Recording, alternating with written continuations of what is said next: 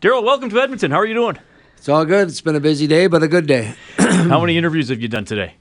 Oh, maybe this might be my 7th or 8th, and then we're heading over to signing some books and signed a bunch in the chapters. So if somebody's out there and listening, want to go to chapters tomorrow and pick up a signed book, they have them. All right, quite a grind. It's almost like doing 10 morning skates in a day, doing 7 interviews. No, it's all good.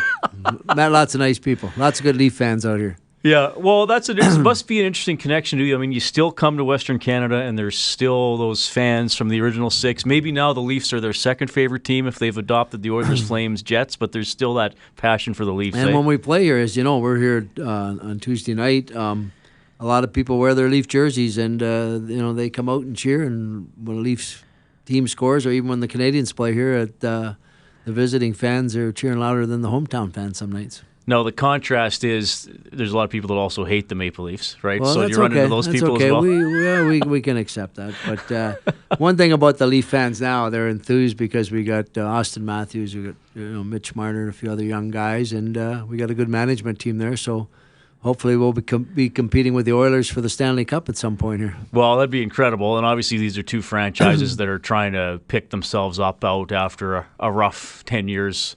Obviously, first of all, just in the terms of the individual games, we saw one earlier this month. You mentioned one tomorrow, and we're going to have it on 6:30, Ched.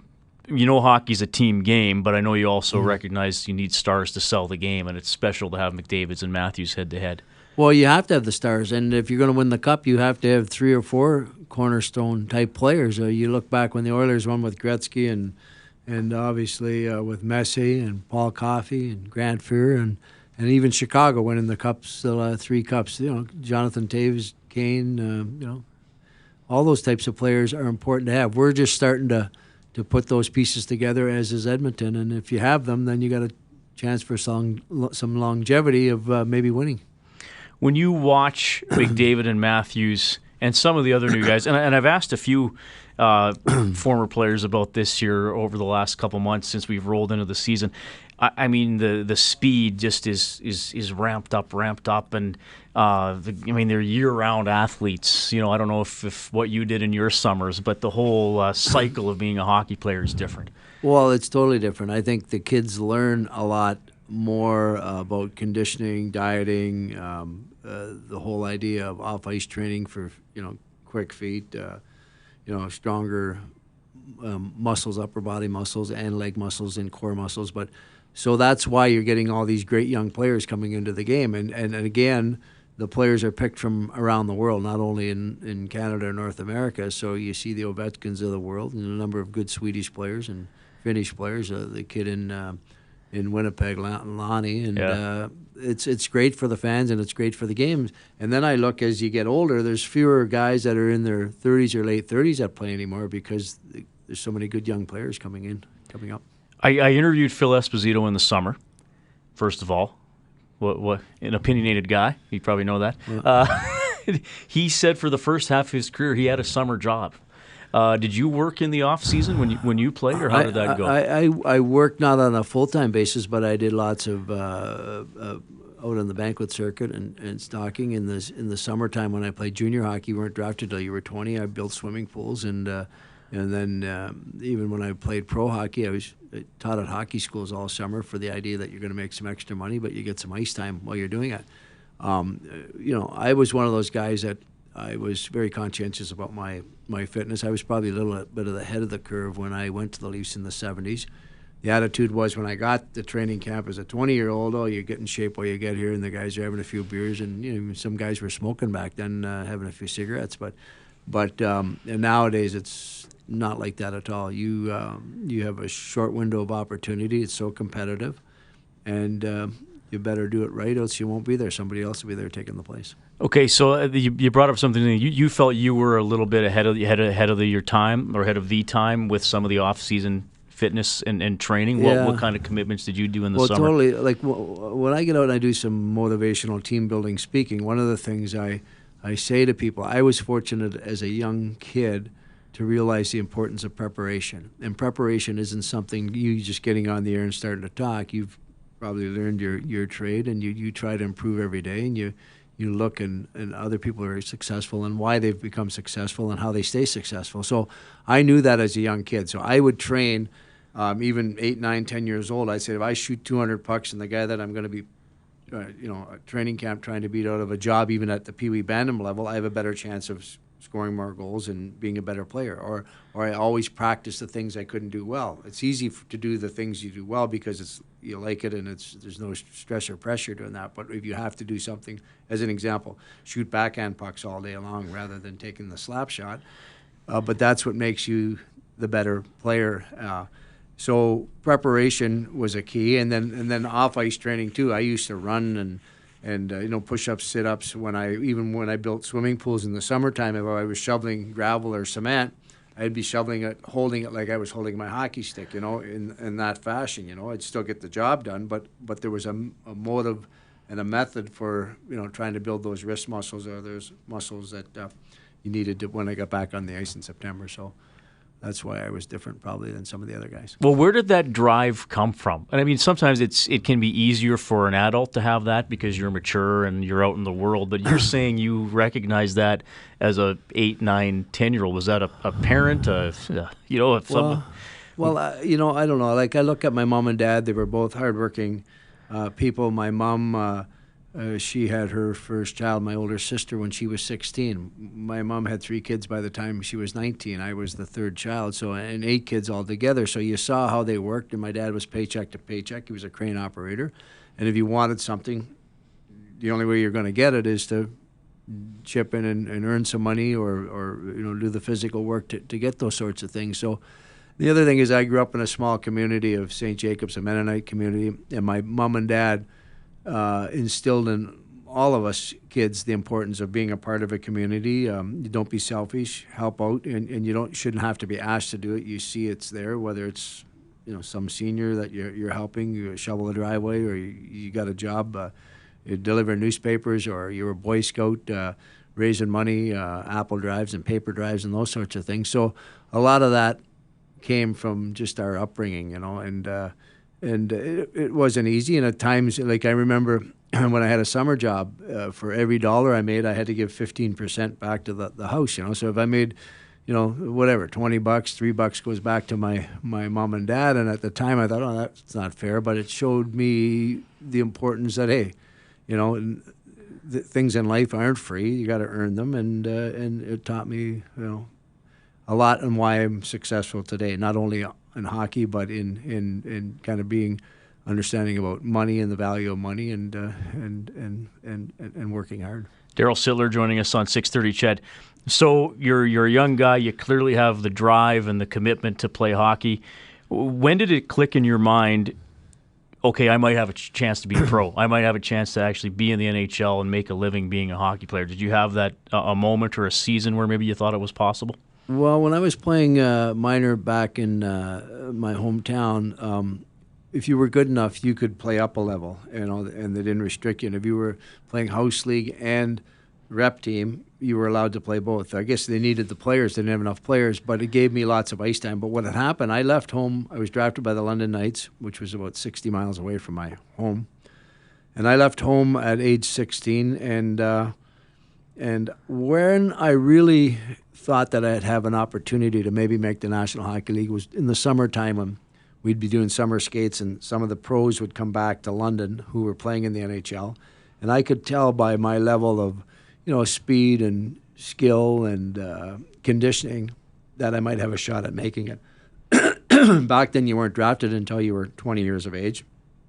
So you were a little bit more mature and older. But that's when I first had the inkling.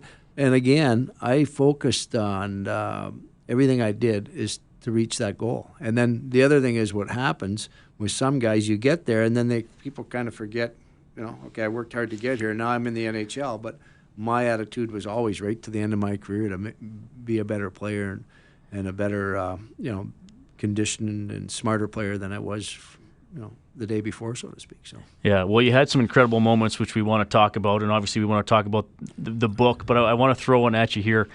30 teams now in the NHL. There aren't as many goals as most of the era you were in.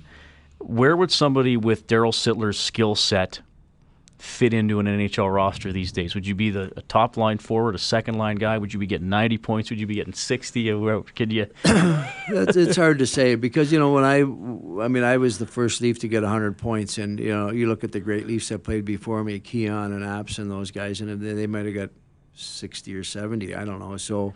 But then a few years later, Wayne Gretzky's getting 200, 220. So what's 100 points? Not a hell of a lot, right? But where I would fit in, I don't know. I mean, you look at the game and how it's grown, and one of the reasons the game is so popular now is because the best players in the world are playing here in North America. Yeah, it makes it more competitive for Canadian kids to get those NHL jobs. If I look at a player today where I think my style of play and my attitude would be, it would be a guy like Jonathan Toews. I mean, he comes to play every night. He tries to make the players around him better. He's a good person off the ice. He's very respectful of the game and the history of the game and the players that built the game to where it was today. So, and people question. They say, well, how much money would you make today if you played today? And obviously you would have made a lot more, but I look at it a little differently in the fact that the game is so popular and it's growing so much. Guys like me who've been out of the game since 1985, I retired, I still make a very nice living because of the popularity of the game. So corporations have guys like myself come out and speak. You sign some autographs, you write a book, you do some other stuff that because of the popularity, and guys like yourself who watched it back then say, hey, listen, there's some interest in some of these guys that did some good before.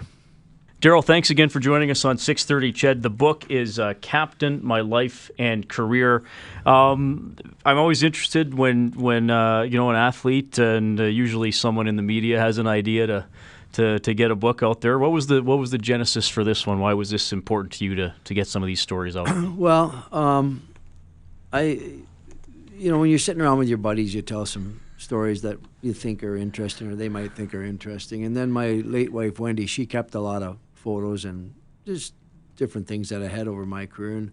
And when I was talking to the publisher, the Random House people, we kind of came up with this concept and idea of, hey, the fans might be interested. And then I'm saying to myself, maybe my own family and years down the road, might appreciate having this sort of stuff. So it forces you to collect it, put it together. And we had a lot of stuff that's not in the book that we couldn't keep.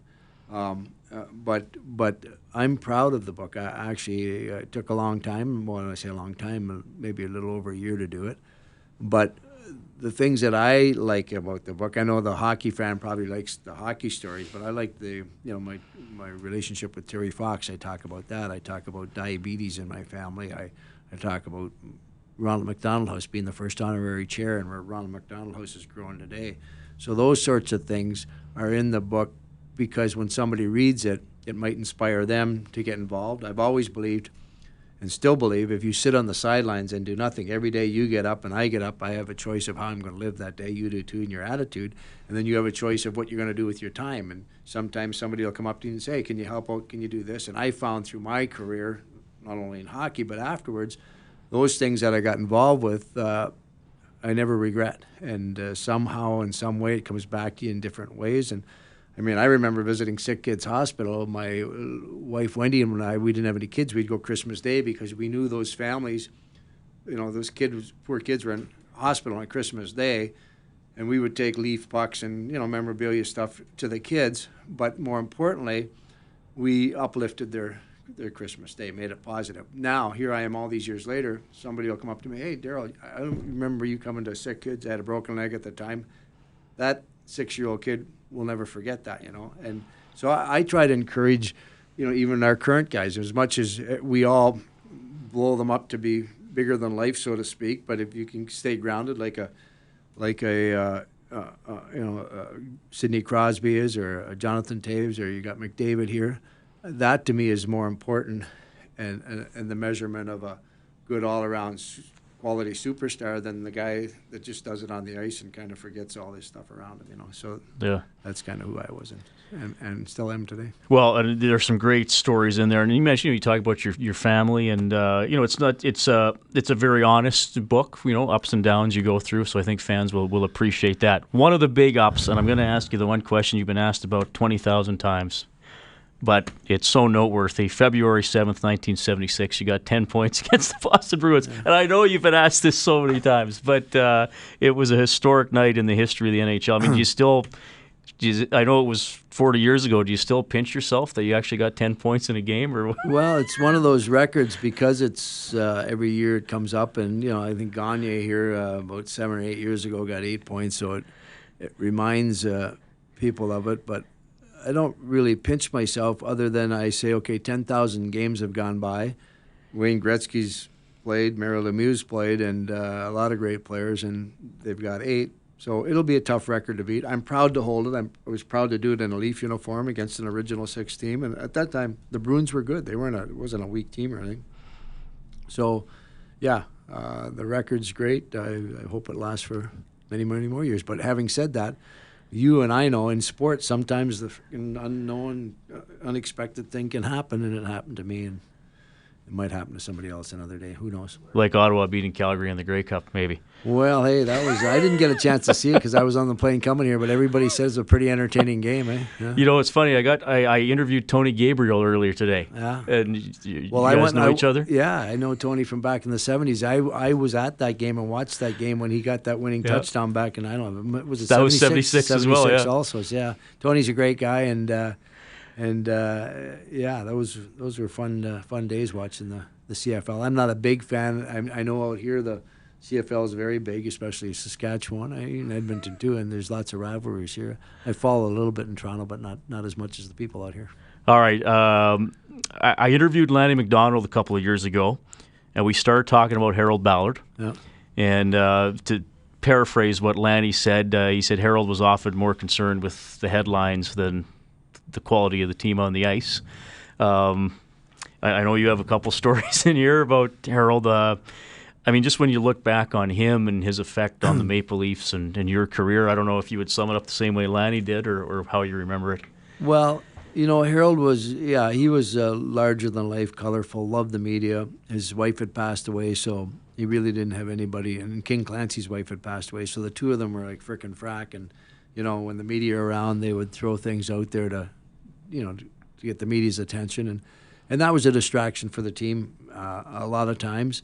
The thing that I was bothered a little bit about Ballard was when the World Hockey came along and teams like Canadians kept their players or traded them away and got draft picks back. Harold's attitude was, hey, if they want to go to the WHA, let them go. Well, we lost a lot of good players in that period of time. And then obviously after that, they drafted guys like Lanny and Tiger and Boria, and we recovered from that. But to me, it's hard enough to play the game. You don't need those other distractions from an owner and stuff like that. But at the same time, when I scored the overtime goal in the Canada Cup, he had the people who answer the phones at Maple Leaf Gardens say it's the home of Darryl Sittler. When I scored the 10-point game, he gave my wife and I a beautiful tea service set. And he was good. My issues started to come in a stronger, more difficult way when Punch Imlach became the general manager. And Punch was kind of old school. I was the captain. I was the vice president of the Players Union. I had a no-trade contract. And he wanted to challenge myself and the other players on stuff that just wasn't right. And you could either back down and say, okay, you have it your way, Punch, or you stand up for what you believe in was right. And I did that. And when you do that in Toronto, it becomes the soap opera and the headlines of every newspaper and every broadcast. So it wasn't much fun playing in those days. But and Punch ended up trading guys like Lanny and Tiger and the nucleus of a team that knocked the Islanders out, who went on to win a number of Stanley Cups. Traded those guys, and the Leafs took a long time to recover from that. Yeah. A couple more for you. First one's going to be a little bit off the wall, maybe. One of your stops was with Philadelphia. Do you still have a set of Cooperalls? Those Cooperalls, I didn't like the Cooperalls. I was the old school where I always put my pants on after I had my skates done up, and the Cooperalls, you couldn't do that. You had to put them on before, but that was a fad. Not a good one. All right, I got a standard question I always ask former players. Well, it's a two-parter. Who is the greatest player you ever played with, and who is the greatest player you ever played against? Well, I played with this player both with and against Bobby Orr, and when I say that, I played with him on Team Canada '76 when we won the Cup, and I played against him when he played with the Bruins, and unfortunately for Bobby, his career was shortened because of his injuries to both of his knees, but in the '70s he was the most dominant player, and that's no disrespect for Wayne or Gordie Howe or Guy Lafleur or Mario Lemieux. They're all great players, but Bobby was one of those guys at that period of time which I thought was the greatest player. I lied. I got one more. Okay. If you could sit down with Austin Matthews or Connor McDavid or Patrick Laine and they needed a minute of advice, if you only had them for a minute, what would you say to some of the young stars coming in? Well, I would say just be who you are and how you got to where you are today. Don't change because of that. Stay focused on that and don't think you're something you're not because you're not.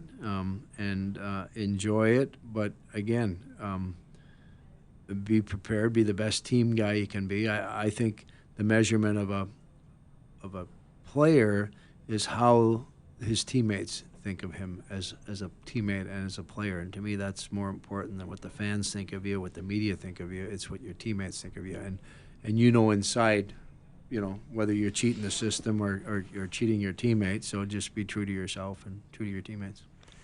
Darryl Sittler, great to have you in town. Again, the book, Captain, My Life and Career. Thanks so much for your time. Good to see you. Thank you.